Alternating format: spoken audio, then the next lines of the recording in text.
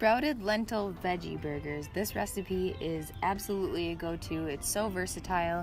It tastes different every time we make it because we use different vegetables. You can use whatever you have on hand, and you can play with spices and figure out what you really love adding more of because you like the flavor of it, and what you want to add a little bit less of.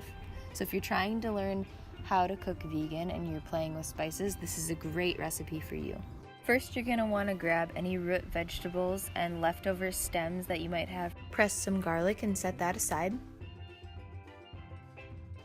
Once you've chopped your veggies, you can add them to a steamer. You can also just cook them in a regular pot too if you don't have a steamer.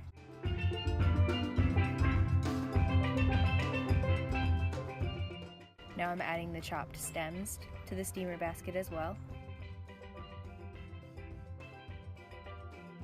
The potatoes,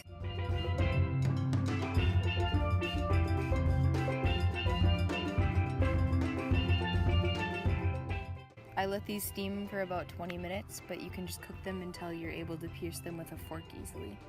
Here we have sprouted and dehydrated lentils. We're going to blend them at a high speed and turn them into sprouted lentil flour. Here it is once it's been blended into a flour. I'm going to add that into a bowl. Going back to that bowl of lentil flour, we're going to add some cumin.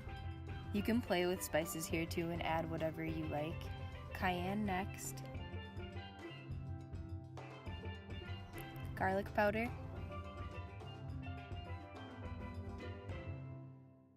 Onion powder. I always use garlic powder and onion powder. Oregano. A little bit of salt. Some pepper.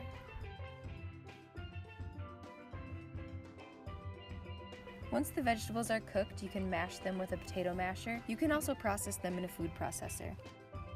Add that garlic that's been set aside. Now I'm gonna pour a little bit of the flour onto the counter, spread it out, and then I'm gonna pour the veggies onto the counter on top of it, the mashed vegetables. Spread that out a bit. I mashed it a little bit more here too once it was laid flat on the counter to get some of the bigger chunks to break down.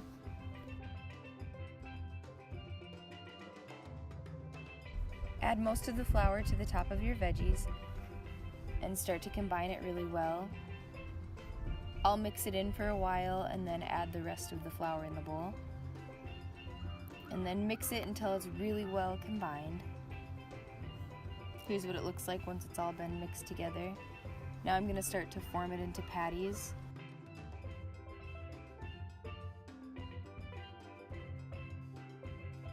If your mix isn't sticking together very well, then grind up some more flour and add that until you get it to a consistency where you're able to form balls that hold together.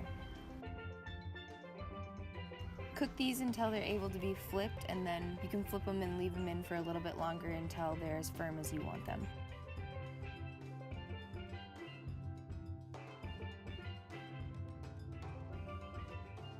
And these are the beautiful burgers once they're all done. The kids enjoy theirs dunked in ketchup. Andy and I will usually make a sauce with avocado and some veggies and top it with some greens, or put it in between a sprouted bun. Enjoy!